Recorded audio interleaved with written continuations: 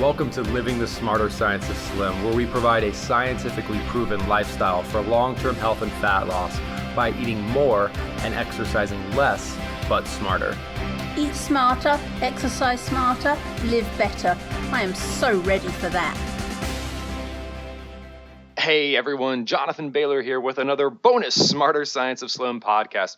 I'm really excited for today's show because we have literally one of the number one trainers and strength conditioning experts in the nation here. We have none other than Mike Boyle, who has been doing this for decades, is a consultant for the Boston Red Sox, works with people like Nomar Garcia-Parra, is just really all over the internet and real world strength and fitness community, and is the proprietor of bodybyboyle.com. Mike, welcome to the show. Thank you very much for having me, Jonathan.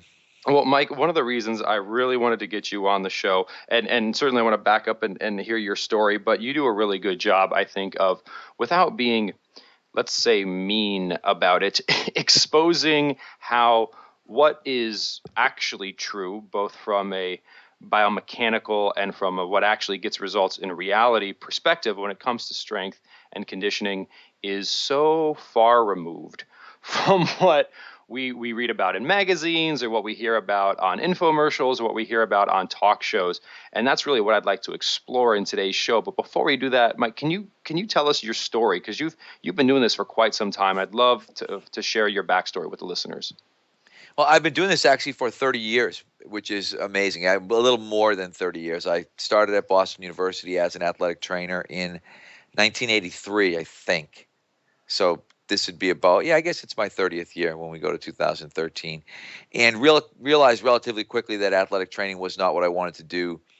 Moved over and actually volunteered as a strength and conditioning coach. There was no such thing at Boston University as that. And there were really very few people within the United States who were getting paid to do strength and conditioning. I worked as a bartender at night and as a strength and conditioning coach during the day, and gradually over time developed a program at Boston University, and then went to work in 1991, I think, for the Boston Bruins. Did that for about 9 seasons while I was at BU.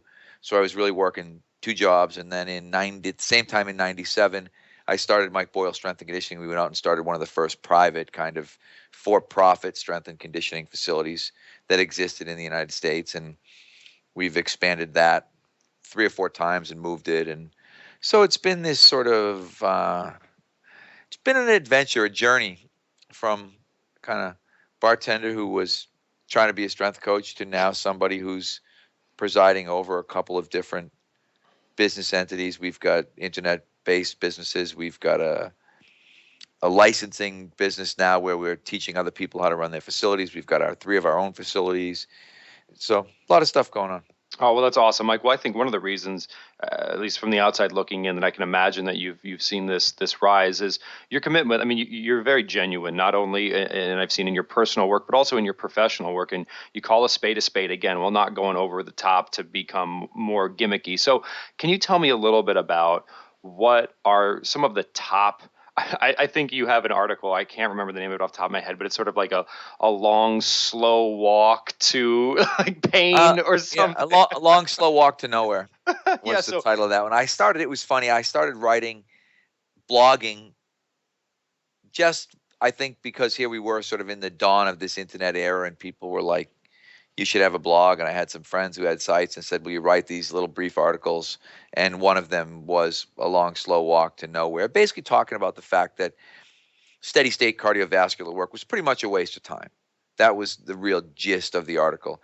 And I think those are the things that we've tried to go after with people, showing people, like the idea, I always tell people it drives me crazy when someone says gardening is exercise. Get outside and garden or go for a walk.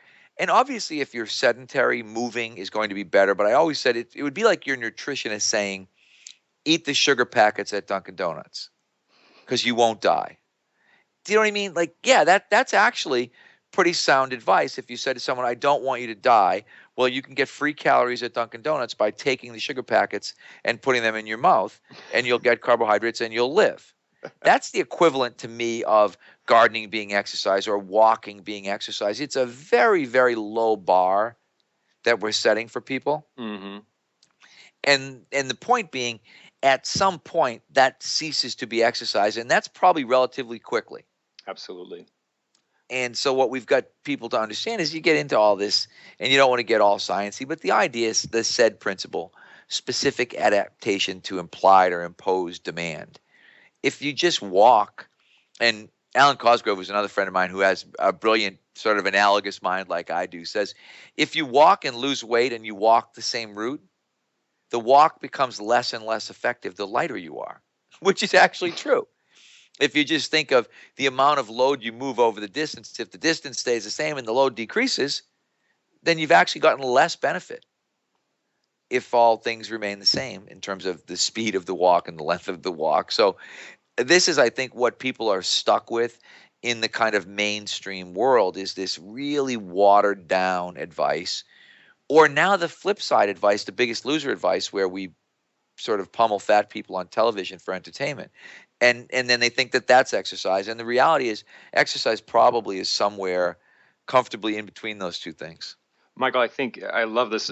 Great minds maybe here, because I literally just wrote down the other end of the spectrum in my notes, and that was it does seem, well, I mean, in typical mainstream fashion. So there is just indisputable argument, or excuse me, research now around interval training and the benefits of shorter, more intense exercise.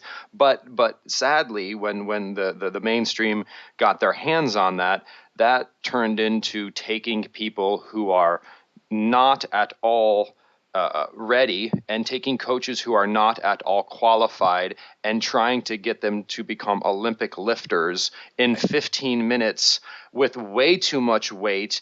And so how do we, like, we were all walking, and now everyone, not everyone, but now it's CrossFit for everyone. It used to be walking for everyone. Now it's everyone should go flip 400-pound tires with no sense of structure or progressively incrementing your workout. It's just go move things. How do we find that balance? How do we find that middle ground? Well, I think it's like everything. When they say everything in moderation, obviously I always say CrossFit is the C word. You know, you have to be careful when you say it, because you'll bring out all the CrossFit people who will attack you, which is their way of dealing with the dissension that exists in their world. But yes, I think you look at that and think that's as bad on the advice side as the gardening and walking is on the other side. So what we need, and I hate to say that, I think Mike Boyle Strength and Conditioning, our business, is based in that middle ground. Mm-hmm. We're going to do strength training. We're going to do body weight training. One of the things I've always said is if you watch a Reebok CrossFit commercial, you would then get the feeling that it was in fact a commercial for us, because everybody's got great technique. Nobody's throwing up. Nobody's bleeding. Nobody's falling down. And so you'd look and think, yeah, that's what we do at Boyle's.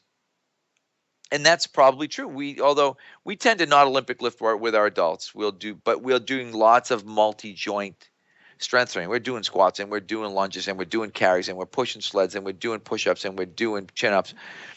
But we're doing them well. We're doing them. We work with a concept we call technical failure.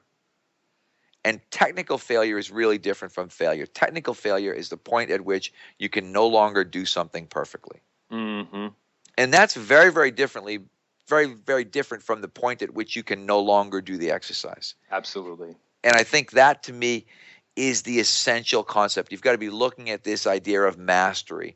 My initial task is to master the techniques, and then to add the intensity, but not to add intensity to things on which we have no mastery, and not to add intensity to things that were not meant to be done at that intensity. I always argue about the Olympic lifting thing. You can talk to any expert in Olympic lifting, and they will tell you that it was not meant to be done in high repetitions. Mm-hmm. It was meant to be done, for us, it's 6 and below all the time.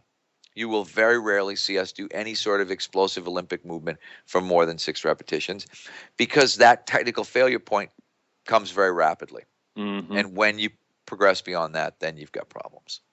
Well, and Mike, it reminds me of many, many years ago, and I'm going to butcher this a little bit because I didn't think about it prior to the podcast, but many, many years ago, I heard a statement which is, I think, has a lot of truth in it. It may not be completely true, but it has a lot of truth in it. And that was, when you do a power, if your goal is if your goal is just to move as much weight as possible, just that's the goal, then your technique will be one that tries to make the movement as easy as possible. And in some ways will then like contrast that with someone whose goal is to stimulate as much muscular failure, or as much as many muscle fibers being activated as possible. They will work to make that exercise, for lack of better terms, as difficult as possible. They will try to find ways to not use gravity or not use momentum, so that all of the stress is placed on the muscle fibers in question. So it's almost like on this continuum of aesthetic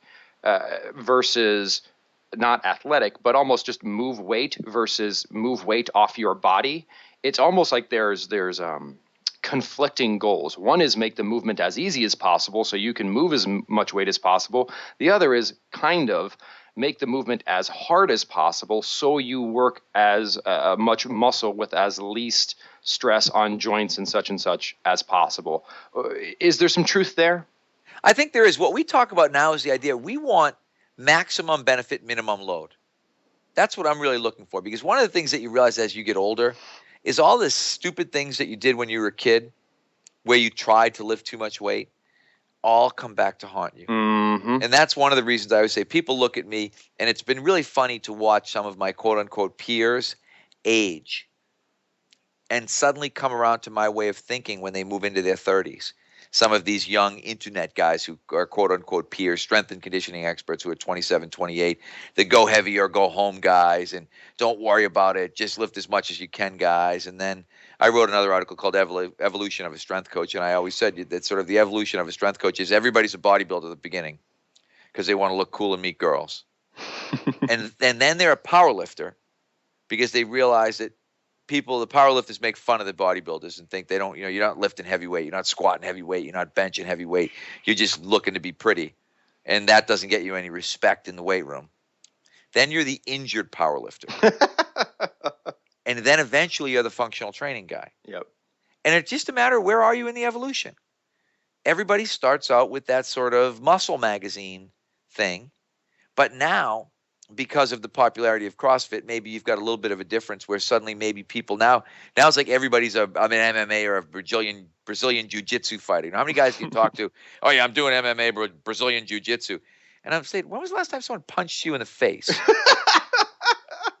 And they're kind of, well, I'm not actually fighting. I just go and train. You're like, okay, then you're not an MMA fighter or some Brazilian jiu-jitsu guy. You're just some guy like everybody else going to a class.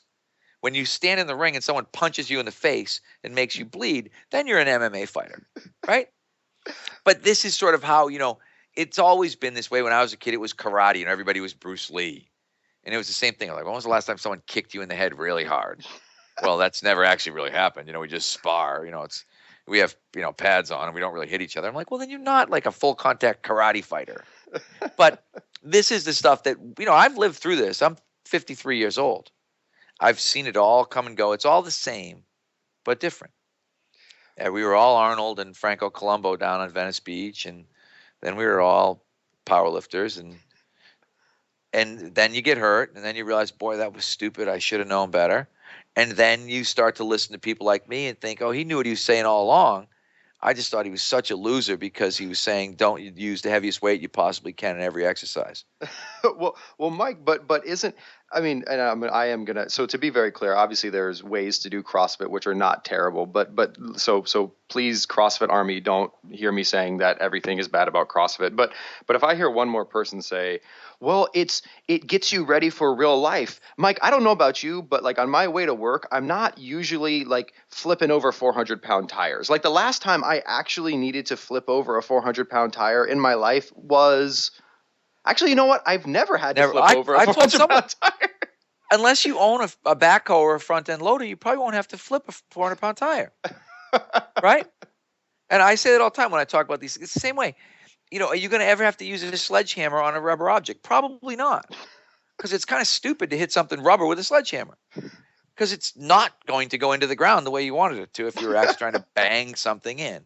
So all of these things are inherently foolish. And I always say, it's a really funny idea to use the sledgehammer until you hit yourself in the shin, right? Well, and again, it's like if again, I think our goal here is not necessarily to satirize, but if your goal is to go, I sometimes use the analogy of boxing. Like if someone came to me and they said, "Is boxing good exercise?" I would say, "No, it is not good exercise. It might be fun and it might be a wonderful hobby, and if you enjoy it and you don't mind major head trauma, then go ahead. Like I'm not here to poo-poo your hobby."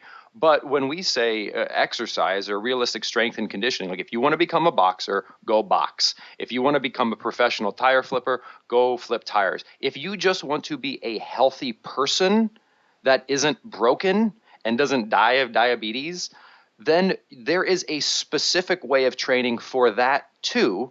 And it's very similar to what you're describing, Mike. It's all about this.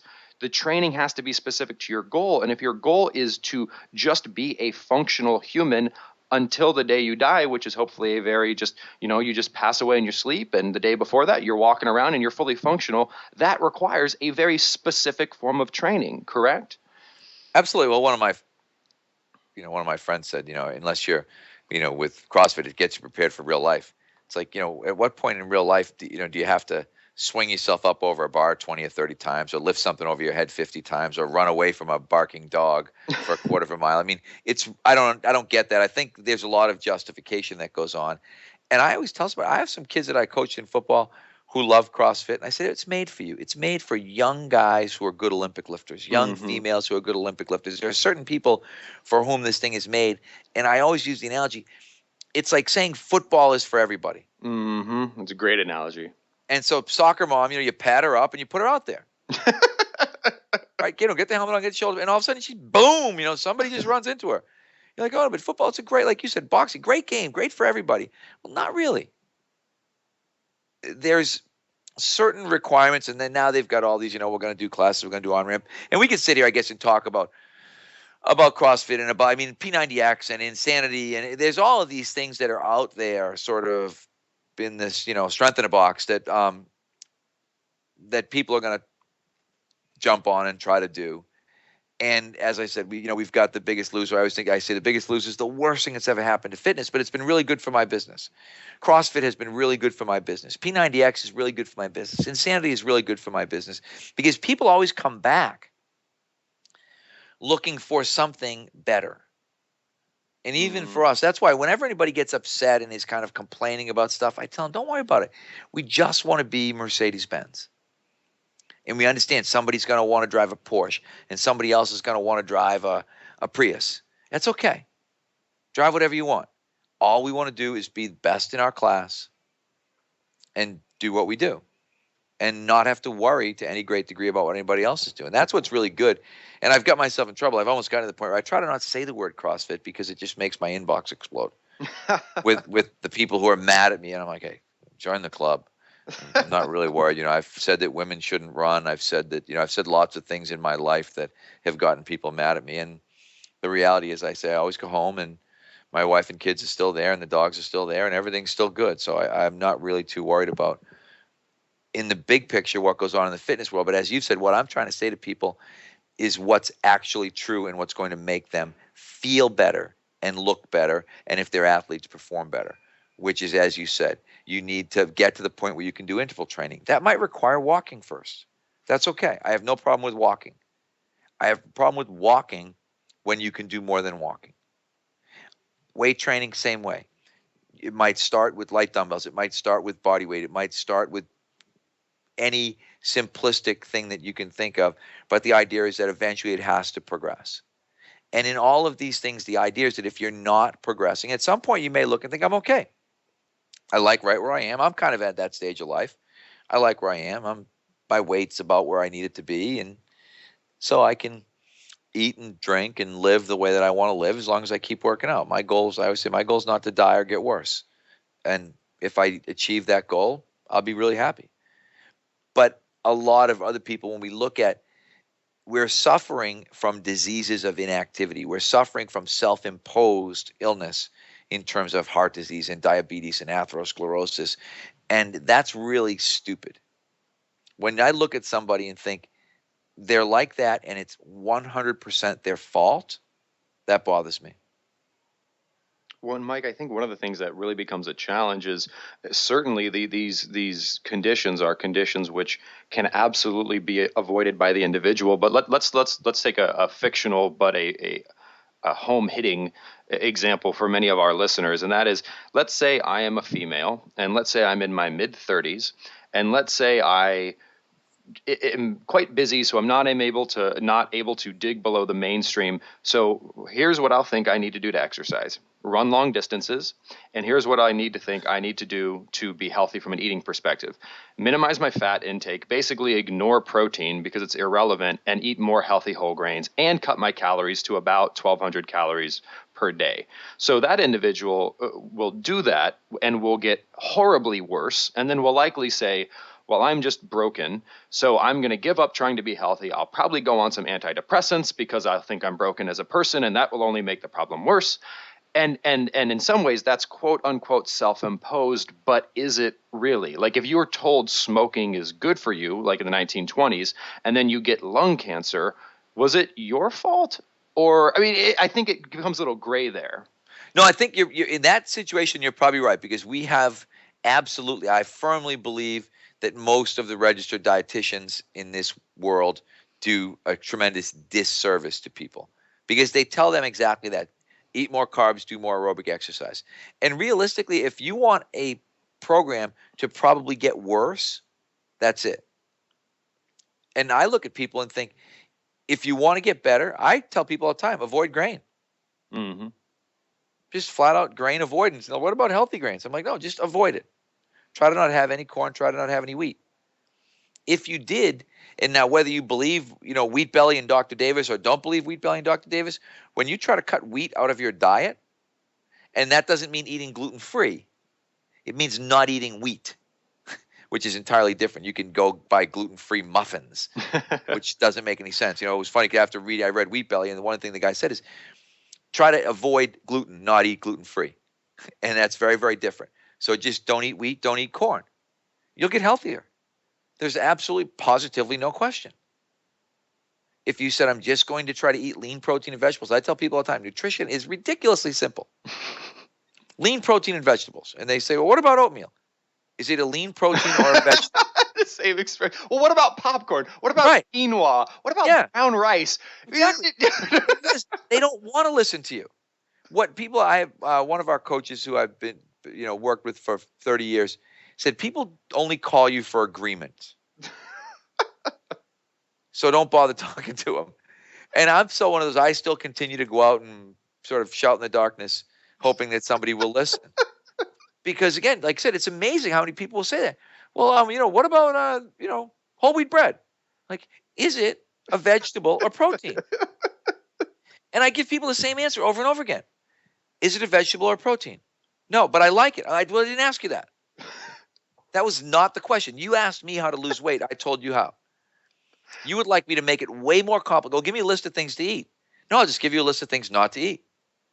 The things to not eat are grains. Don't eat them. You can eat any vegetable that you want, anytime that you want. You can eat pretty much any protein you want, anytime that you want, as long as it's not fried. And you can have occasional fruit. End of nutrition class. See you later. Go home.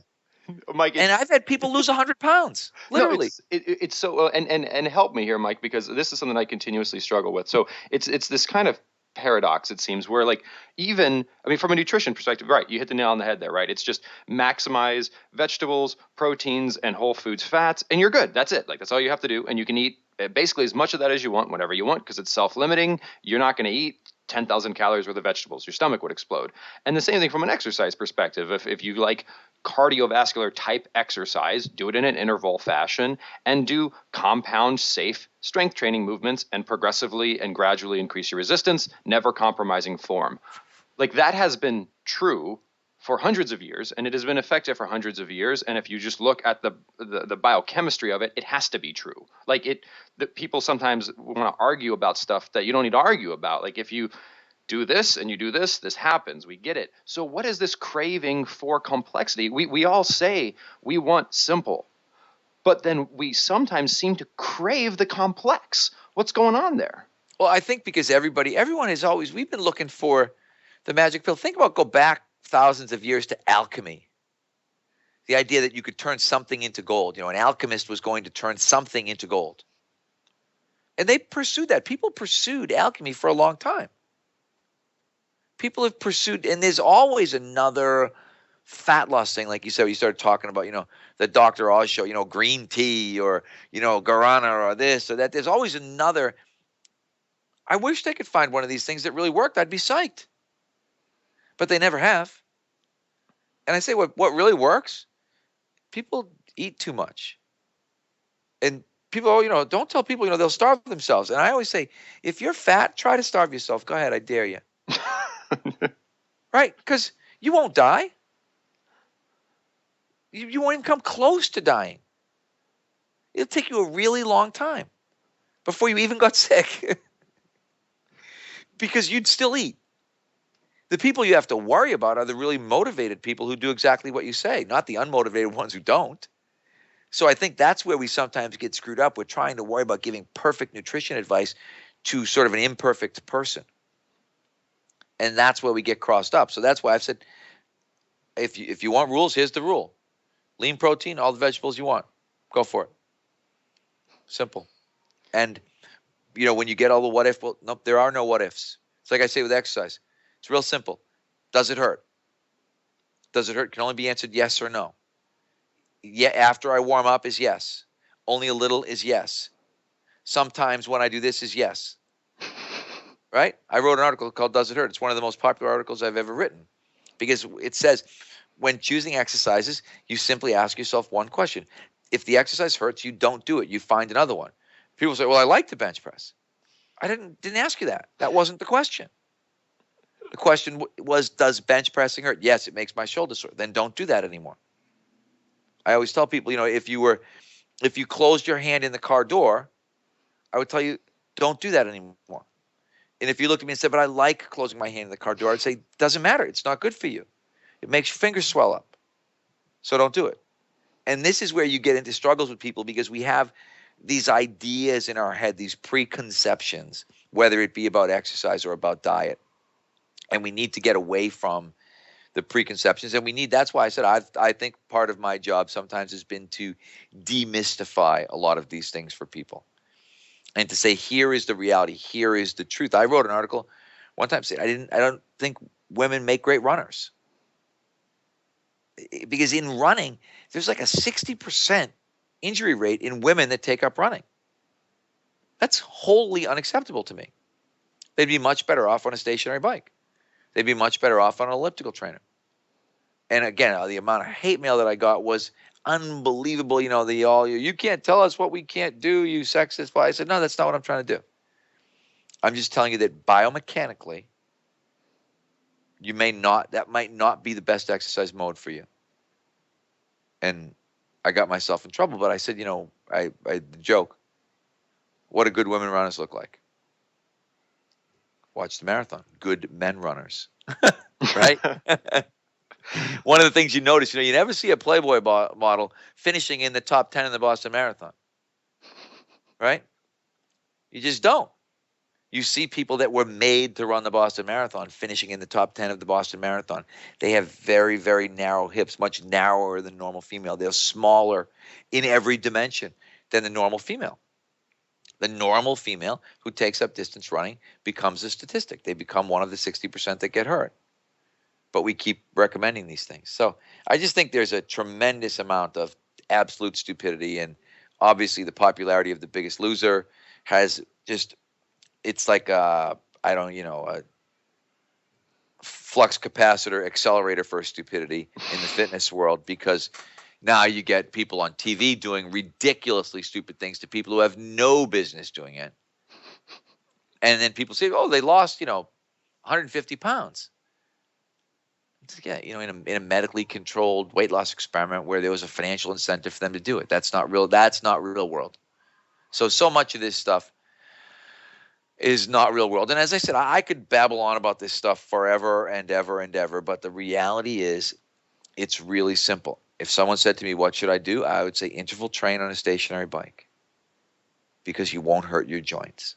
You won't hurt your knees. You won't hurt your feet. You won't have any of the itises. You won't have plantar fasciitis. You will not have patellotendinitis. You will not have iliotibial band friction syndrome.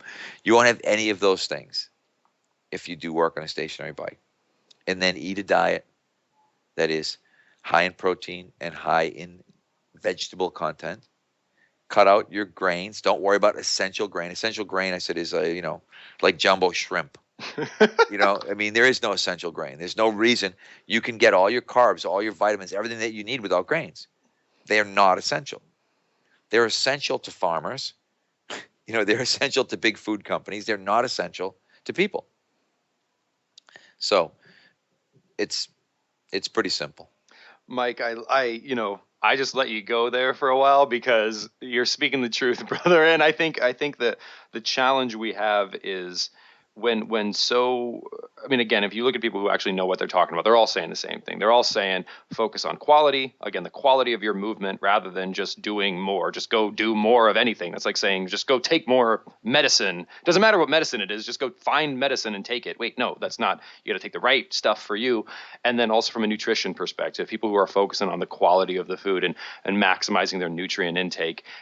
But sadly, there is so much money behind not that we are. I think it was Lenin who, not necessarily the most wonderful person in the world, but did have an intelligent statement when he said, a lie told often enough becomes the truth.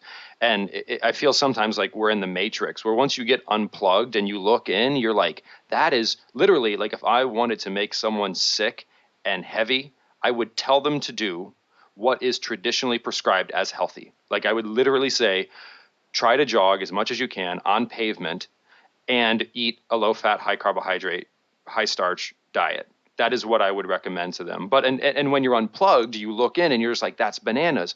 But when you're in it, it's like a fish in water doesn't really realize it's in water, right? It's like, how do you get yourself out? And that's what I wanted to kind of close the show with here, Mike, is how does someone in a world where lies are told so often they become the truth, unplug themselves from that matrix of mythology? In all honesty, go back and listen to this again. Because it's that simple. I mean, the big thing is it's that simple. Get exercise that is more interval in nature. Work harder, not longer. Get, like you said, emphasize a protein adequate, and this is where I've always said, if you look at the Zone, if you look at Atkins, if you look at South Beach, if you look at any of these, they all said the same thing. As you said, protein adequate diet, protein adequate with vegetables. You're going to be okay. I think that's how somebody gets out, because what you realize, and I'll kind of close with this idea. I haven't finished this article yet, but I started an article called There's No Money in Health. If you think about in hospitals alone, and I believe I'm correct on this, and I will give myself a small qualifier in case somebody from a hospital comes and sues me. But I believe the number 1 and 2 profit centers in hospitals are bariatric surgery and spinal surgery. Okay, there's not a lot of incentive in the healthcare system when you've got drugs. Again, in drugs, I always say drugs. I'll give you another simple analogy. Drugs, giving somebody drugs is like you bringing your car into the mechanic and saying, "My check engine light is on." And the mechanic looking at you and saying, "Thank God, I have duct tape. And I'd like you to place it over that check engine light and continue to drive the car. As long as you can't see the check engine light, you're going to be fine." That's what most drugs do. Most drugs do not, in any way, shape, or form, treat disease. They make symptoms of disease disappear. But all of the underlying causes, you take metformin for your diabetes, you still have diabetes. Metformin doesn't make diabetes go away, right? Insulin doesn't make diabetes go away, but insulin-dependent diabetic is different. But there are, I believe, some adult-onset diabetics who become insulin-dependent. These things are insane. Someone should say, take some heavy exercise and call me in the morning. And that would be much better advice than here's, continue with your shitty lifestyle. Here are some drugs that might keep you alive longer. I wrote another article that was based on an old Paul Chek quote. So most people are dead at 35. I said, most people are dead at 35. They just walk around until they're 70. And it's true. Like most people are screwed, and and they're limping and they're getting ready for like the ramp chair that takes you upstairs and the cart that takes you around Walmart and all these other things, just because they flat out don't take care of themselves. And that's what I mean. That's what's sad. And I've always said over and over again, we're in the healthcare business. We are the best healthcare professionals in the world, and we're doing more for people than probably anybody in the medical field is. That's reality. I love it, Mike. Well, there's definitely no shortage of reality and truth being shared in this podcast. So I really appreciate you sharing your time and your decades of experience, and also your courage with us, because you're saying that a lot of things that a lot of people aren't willing to say. So, and listeners, I hope some of this stuff may have come in and feel like it's a little bit of a little jarring, but sometimes that's what we need, is we need to be jarred. Sometimes you need that, just like boom, like stop what you're doing and pull yourself out, because you can. And when you do, it becomes so simple, and you can get on with your life, and it works, and you will have more time. And literally it will transform your life. So if it takes a little bit of a jar to get you to try it, just do it and then keep at it, because it's worked for it has to work. It's just biology. It's 1 + 1 will always equal 2. Right. The other thing I say to people, and then I got to sign off because I got to be out of here by 12:15 Eastern time, examine the evidence. The evidence is all there. It's been there. Just go back and look for the evidence. Don't look for opinions of somebody. Follow the money. Figure out, I have no financial incentive at all in telling people the truth. If you look at some other people and say, do they have a financial incentive here? More than likely they do. Look for evidence and look for the money trail, and you'll usually eventually find the truth if you kind of figure that stuff out. I love it. And also look for bodybyboyle.com, because that's where you can learn more about today's guest, Mike Boyle. And again, Mike, is there anything else? I want to make sure individuals have the ability to find more about you and about your work. There's bodybyboyle.com. Where else can they go? They can go to strengthcoach.com, which is a paid site where we answer questions all the time. They can go to Strength Coach Blog, which is a site that I kind of blog on from time to time, week to week. Those would be the big ones that people can hit. If they're really in the fitness industry and they want to know more about what they can do, they can look at Body by Boyle online, which is kind of almost a virtual franchise kind of idea where we put up all our staff meetings, all our programs. So we've got a lot of internet-related ventures. I need to click off this thing right now and get to my next meeting. I appreciate it, Mike. Thank you so much for joining us. It's been a pleasure. Thank you, Mike. All right. Thanks. Hey, listeners, I hope you enjoyed today's podcast as much as I did. Certainly some truth bombs there. Might have come across, like I said, as a bit jarring, but sometimes that's what we need. We need a little bit of a jar to break us out of those lies that we've been told for years and years and years, and get back to the simple truth. That is, if we just focus on quality. Wait, don't stop listening yet. If you like the podcast and if there's other ways we can help you, please join us in the Smarter Science of Slim support group, which is freely available at the Smarter Science of Slim website, smarterscienceofslim.com. There you'll find all kinds of free recipes and success stories and just all kinds of fun stuff, like how to help your kids go sane and just great community content. And just one last thing before you go, if you wouldn't mind heading over to iTunes and up onto Amazon.com and leaving us a review, and then going over to Facebook and liking us, we would hugely appreciate it.